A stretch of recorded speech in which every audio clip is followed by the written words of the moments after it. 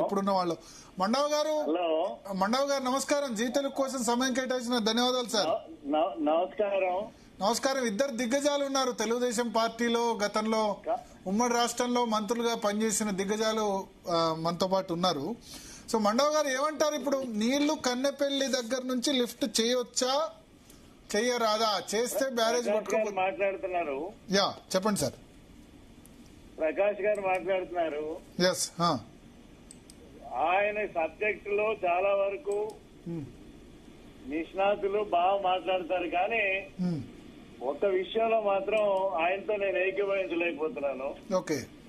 ప్రతిదానికి రేవంత్ ని చంద్రబాబు నాయుడుకి ముడిపెట్టు, లేకపోతే ఈ నీళ్లు వస్తేనే. మీకు వినపడుతుందా? వినపడుతుంది సార్. మీరు లైవ్ లో మాట్లాడండి, మీరు చెప్పండి. నాకు రీసౌండ్ వస్తుంది అందుకు. No problem. రీసౌండ్ వస్తుందంట పీసీఆర్ చెక్ చేయండి. ఎస్ వినపడుతుంది, చెప్పండి. నాకు చాలా రీసౌండ్ వస్తుంది అందుకని మాట్లాడుతున్నా. యా సార్ చెప్పండి సార్. దాంతో డిస్కషన్ లో ఏం మాట్లాడాలన్నా కొంచెం ఇబ్బంది అవుతుంది. ఓకే. రేవంత్ అన్నారు, జనార్దన్ రెడ్డి గారినో నన్ను మాట్లాడటం, లేకపోతే సవాళ్ళు మాట్లాడితే చంద్రబాబు నాయుడు గారి కోసం మేము మాట్లాడుతున్నామని అనుకోవడం ఒక చర్చలో అది కరెక్ట్ కాదేమో. ఓకే. స్పష్టంగా ఏంటంటే ఈ రోజున చంద్రబాబు నాయుడు గారి కోసం తెలంగాణలో మనం పనిచేయాల్సిన అవసరం గాని పరిస్థితి గాని ఉండాల్సిన పరిస్థితి లేదు. అటువంటి ద్రోహం ఎవరు చేసినా. Yes sir. వినపడుతుందండి? వినపడుతుంది సార్, చెప్పండి. వినపడుతుంది. ఎందుకంటే కొంచెం నాకు ఓవర్ ల్యాపింగ్ అవుతుంది. పీసీఆర్ ఒక్కసారి మళ్ళీ కట్ చేసి కనెక్ట్ చేస్తారా, లేదా సార్కి జూమ్ లింక్ పంపించగలుగుతారా? మీరు మాట్లాడింది మళ్ళీ మీకే వినిపిస్తుందా? మీరు టీవీలో చూసి మాట్లాడుతున్నారా సార్, లేదా డైరెక్ట్ గా ఫోన్ లో మాట్లాడండి? టీవీలో చూసి మాట్లాడొద్దు, మీరు డైరెక్ట్ గా ఫోన్ లో మాట్లాడండి. క్రాస్ టాక్ వస్తుంది. ఓకే. క్రాస్ టాక్ ఎవరు మాట్లాడట్లేదు, మీరు టీవీలో చూసి మాట్లాడొద్దు, డైరెక్ట్ గా వినపడుతుంది. చెప్పండి సార్. మీరు టీవీలో చూసి మాట్లాడకండి, డైరెక్ట్ గా మాట్లాడండి. మండ వెంకటేశ్వరరావు గారు ఒక్క నిమిషం. పీసీఆర్ మళ్ళీ ఒక్కసారి మండ వెంకటేశ్వరరావు గారు కనెక్ట్ చేయండి, సెట్ చేయండి. అంతలో అడ్వకేట్ శరత్ గారిని తీసుకుంటాను నేను. శరత్ గారు విన్నారా రేవంత్ రెడ్డి ఇంతకుముందు మాట్లాడింది ఖమ్మంలో? ఒక విషయం చెప్పండి సార్. ఈ చర్చలో దాదాపు అంటే ఇప్పుడు తెలంగాణ రాజకీయాల్లో గాని, వాళ్ళ మహబూబ్ నగర్ జిల్లా రాజకీయాల్లో గాని నాగం జనార్దన్ రెడ్డి గారు ఒక భీష్మ పితామహుడు లాగా ఎన్నో విషయాలను పరిశీలించి కాళేశ్వరం ప్రాజెక్టు మీద, అందులో జరిగే అవకతవకల మీద కూడా ఆయన ఆనాడు పబ్లిక్ ఇంట్రెస్ట్ రిట్ పిటిషన్ వేసినారు. పాలమూరు రంగారెడ్డి. పాలమూరు రంగారెడ్డి. తర్వాత ఇంకొకటి ఏంటంటే ఈ ప్రాజెక్ట్స్ లలో ఈ కుమ్ముక్కులు, తర్వాత ఈ వ్యవహారాలు, ఏది ఈ క్విడ్ ప్రోక్వోలు, తర్వాత మెటీరియల్ ప్రొక్యూర్మెంట్, ఇట్లాంటి అంశాల మీద సార్ వారు మాట్లాడతారు సార్. ఇప్పుడు ఓకే సార్. మండా వెంకటేశ్వరరావు గారు ఇప్పుడు శరత్ గారిది 3-4 రోజుల నుంచి నేను వింటున్నాను. వారు చెప్పే దాంట్లో కొన్ని పాయింట్లు, వాస్తవాలు ఒక హేతుబద్ధంగా మాట్లాడాల్సిన అవసరం ఉంది. ప్రభుత్వాన్నైనా ఎవరినైనా మాట్లాడాల్సిన అవసరం ఉంది. ప్రకాష్ గారి దాంట్లో సబ్జెక్ట్ ఉంది, కానీ వారు ఎక్కడ బ్యాలెన్స్ పోతుందంటే పెద్దానికి మాట్లాడితే ఆంధ్ర రాష్ట్రానికో లేదా చంద్రబాబు నాయుడు గారికో పాత రోజుల్లో ఉన్న దాంట్లో దీన్ని ముడిపెడితే చర్చిపోతుంది. ఇవాళ నేను మాట్లాడుతుంటే కూడా పుసికిన ఆ మాట ఆయన అనొచ్చు. అది భావ్యంగా నేను చెప్పేది. ఈ రోజున తెలంగాణలో ఎవరైనా, ఇంక్లూడింగ్ రేవంత్ రెడ్డి గారైనా ఎవరైనా కూడా తెలంగాణలో ఉంటూ ఇక్కడ నుంచి గెలిచినటువంటి ఈ ఉప్పు తింటున్నటువంటి వాళ్ళు ఎవరైనా ఆంధ్ర కోసమో చంద్రబాబు నాయుడు గారికి పనిచేయడం అంటే అంతకన్నా ద్రోహం లేదు. అటువంటి ఆ స్థాయిలో ఎవరైనా ఉన్నామని మాత్రం నేను అనుకోను. ఇది స్పష్టత. ఎందుకంటే వారికి కూడా నిర్కర్షగా నేను చెప్పదలుచుకున్నాను. ప్రతిసారి కూడా మీరు దాన్ని ముడిపెట్టకుండా ప్రకాష్ గారు మాట్లాడే మాటల్లో కొంత వ్యాలిడిటీ తీసుకోవటాన్ని, ఆయన కన్సిడర్ చేయడానికి కూడా ఎవ్వరికి అభ్యంతరం లేదు. కానీ ప్రతిదానికి 50 ఏళ్ల దాని గురించి ఇప్పుడు నేను మాట్లాడితే అది ఇంకో చర్చకి పోతుంది. ఎప్పుడైనా డైరెక్ట్ గా ఈ సబ్జెక్ట్ మీద వారు నేను ఎన్ని కూర్చొని మాట్లాడదాం, వాస్తవాలు మాట్లాడుకుందాం, తప్పులేదు. కానీ ఇప్పుడు ఏంటంటే మీరు చెప్పినట్టు ఇవాళ కాళేశ్వరం దగ్గర నుంచి కూడా 80-90 వేల క్యూసిక్లు పోతున్నాయి. ఈ రోజున మళ్ళీ కొద్దిగా నేను తెలుసుకుంటే కూడా అది 70కి పడిపోయిందని ఒక మాట చెప్పారు. ఓకే 100 మీటర్లు కనుక ఉంటే ఒక 16 టీఎంసీలు స్టోరేజ్ చేయాల్సి వస్తుంది. కొంత డ్యామేజ్ జరిగే అవసరం అయిపోయింది ఉంది. దాన్ని నిలబెట్టాలి అంటే ఏమిటి అనేది మన చర్చ అంతా జరుగుతుంది. ఇవాళ 93.5 93.6 ఉంటేనే తప్ప మనం పైన ఉంటే తప్ప నీళ్లు పంపింగ్ చేయలేము. అది మీటరు 2 మీటర్లు అట్లా వచ్చినాయి కాబట్టి దీనికి సరిపోను. మనకు కావాల్సింది 2 టీఎంసీలు 3 టీఎంసీలు అంటే మనకి ఎంత 11,000.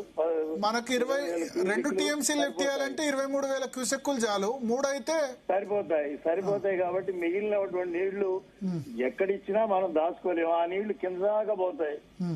కానీ కింద వాడే వాళ్ళ నీళ్ళని గురించి మనం మాట్లాడితే మన చర్చ ఇది అయిపోతుంది. ఖచ్చితంగా ఈ ప్రభుత్వాన్ని మనం ఈ 22,000 క్యూసెక్లను డ్రా చేయడానికి ఏంటి ప్రాబ్లం అని అడగటం.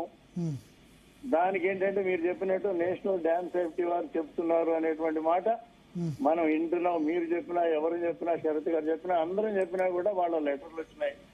వాళ్ళతో పాటు పైన ఉన్నటువంటి సునీళ్ళ దగ్గర కూడా నింపితే సేమ్ ప్రాబ్లం వస్తుంది, నింపొద్దు అని లెటర్ రాశారని మీరు చెప్పారు, విన్నాము. నేను ఈ రోజు కూడా మాట్లాడబోయే ముందు కూడా నేను ఎస్సీ గారితో కూడా మాట్లాడాను, కాళేశ్వరం గారితో, మిగతా డిపార్ట్మెంట్ తో మాట్లాడాను. అక్కడి నుంచి మమ్మల్ని ఆపమని చెప్పిన దగ్గర నుంచి, నింపొద్దు అని చెప్పిన దగ్గర నుంచి ఒక్క కరెస్పాండెన్స్ కూడా లేదు. కనుక మేము ఏమి చెప్పలేకపోతున్నాం అనేటువంటి మాట వాళ్ళ దగ్గరికి నేను విన్నాను. కాబట్టి ఆ సేఫ్టీ విషయంలో అక్కడి నుంచి వచ్చిన మాట వాస్తవా, లేకపోతే ఇవాళ డ్రా చేస్తే ఈ తీసుకెళ్లి రోజు 22,000 తీసుకెళ్లి వేస్తే కూడా ఇక్కడ ఒక 5 టీఎంసీలు డెడ్ వాటర్ ఇక్కడ అవసరం లేకపోయినా అన్నారంలో 4-5 టీఎంసీలు, అక్కడ మీరు చెప్పినట్టు 300 టీఎంసీలు ఇవన్నీ కలిపితే ఒక 8-9 టీఎంసీలు డెడ్ వాటర్ అక్కడ నిలబడితే ఆ డ్యామ్ సేఫ్టీ కానీ ఉందా లేదా అనేది ఒకటి.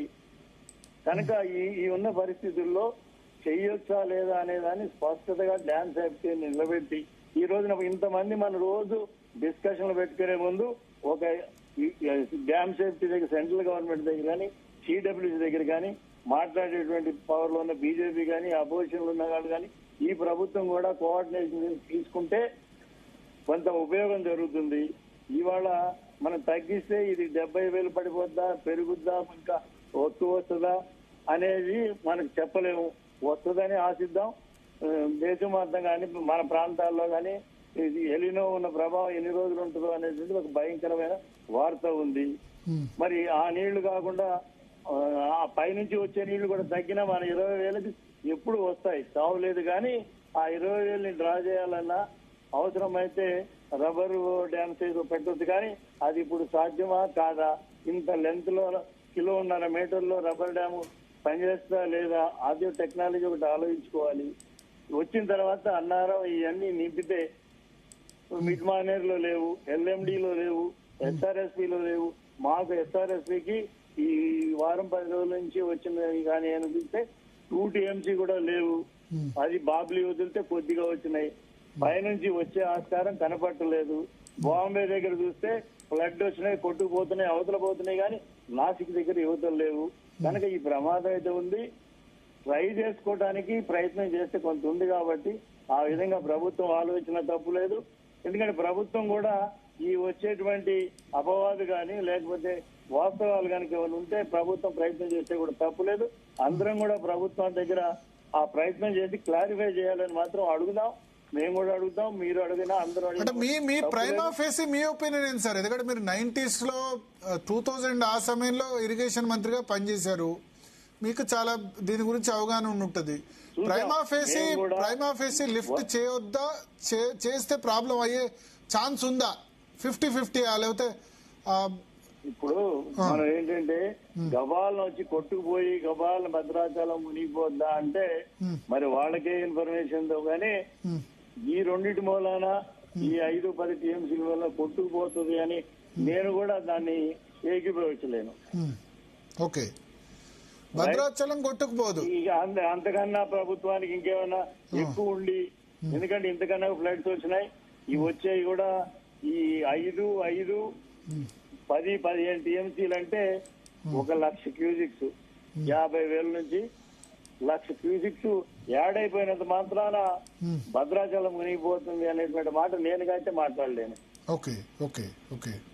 కనుక అది కాదు కానీ ఈ సంవత్సరం వచ్చే దాంట్లో ఇందాక వారు చెప్పినట్టు ఏదొచ్చినా ఎల్లంపల్లి నుంచే మిడ్మానేర్ అయినా పైన హైదరాబాద్ మంచినీళ్ళకైనా ఎల్లంపల్లిలో నీళ్లు పడితేనే పైదాకా లిఫ్ట్ చేయొచ్చు తప్ప కాళేశ్వరం ఆ 3 కాళేశ్వరం దగ్గర గాని సున్నెల దగ్గర అన్నారం దగ్గర గాని ఈ 3 ఒక లైన్ లో ఆలోచించాలి. కాళేశ్వరం మన పైన ఉన్నటువంటి ఎల్లంపల్లి పైన ఆలోచించేదంతా వేరే ఆలోచించుకోవాలి. అవన్నీ మనకు ఉపయోగపడతాయి.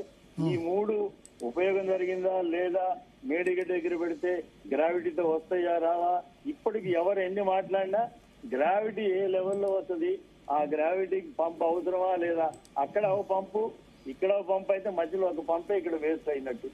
కనుక టెక్నికల్ ఇష్యూస్ ఉన్నాయి. మనం బయట కూర్చుని పొలిటికల్ గా ఆ పార్టీ ఈ పార్టీ మేము సగం మేధావును మాట్లాడితే భావ్యం కాదు.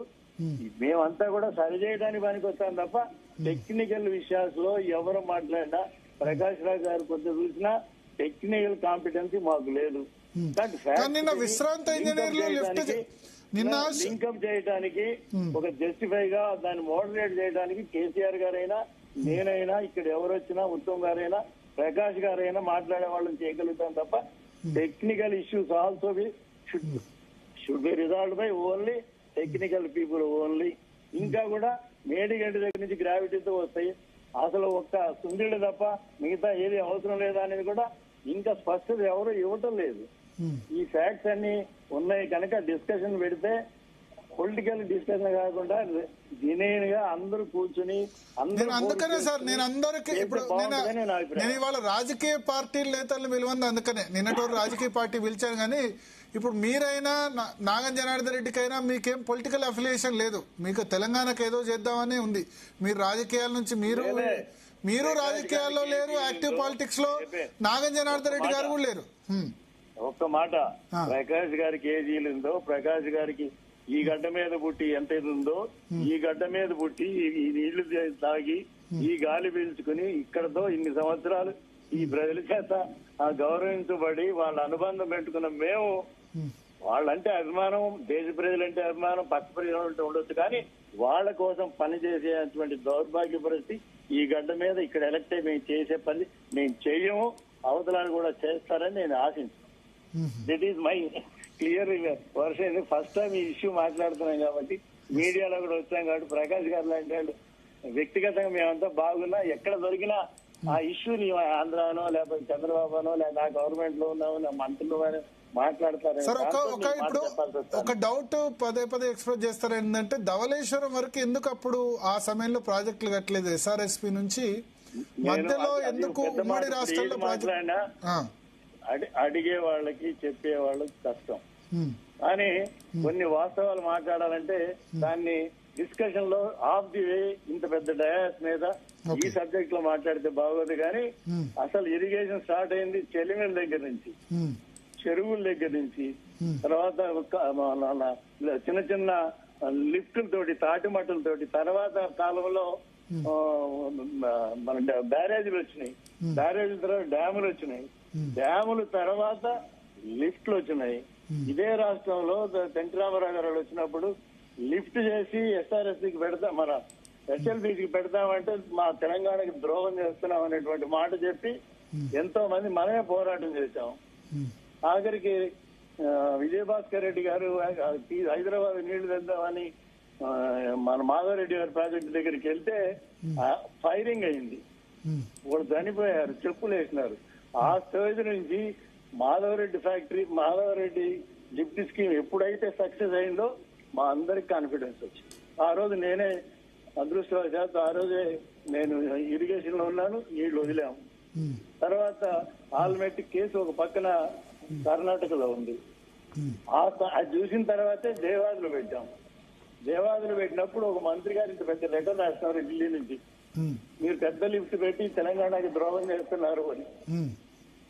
చిన్న చిన్నవి పెడితే అయిపోద్ది కదా అని. అంటే ఆ లిఫ్ట్ మీద ఆ రోజున నమ్మకం ఎంత ఉంది, ఏముంది, అది ఒక పెద్ద సబ్జెక్ట్. కింద నుంచి స్టార్ట్ అయింది కాబట్టి చెరువులు ఇవన్నీ కూడా 100 సంవత్సరాల నుంచి వచ్చిన ఆ రోజుకి టెక్నాలజీ కావాలి. కనుక కొంత కేసు ఉండలేదేమో అని నా వాళ్ళ అభిప్రాయం. కానీ ఆంధ్ర వాళ్ళు మోసం చేశారను అనే మాట నేను అనలేదు అంటే సకాలిగా నా మీద పడవచ్చు. అందుకని నేను చెప్పేది ఏంటంటే స్పష్టంగా మాట్లాడటానికి డిస్కస్ చేయడానికి ఎప్పుడూ ఉంటుంది, చేయాలని కూడా నేను కోరుకుంటాను. భరత్ గారు ఒక మాట అంటే మండవ గారు అంటే నాకు చాలా గౌరవం. నేను ఎమోషన్ అయినప్పుడల్లా నాకు ఫోన్ చేసి చెప్తుంటారు, సారీ సార్ నేను మామూలుగానే ఎమోషన్ అవుతుంటా, మీరేమనుకోవద్దు, నేను డిస్కషన్ లో తీసుకురానులేండి.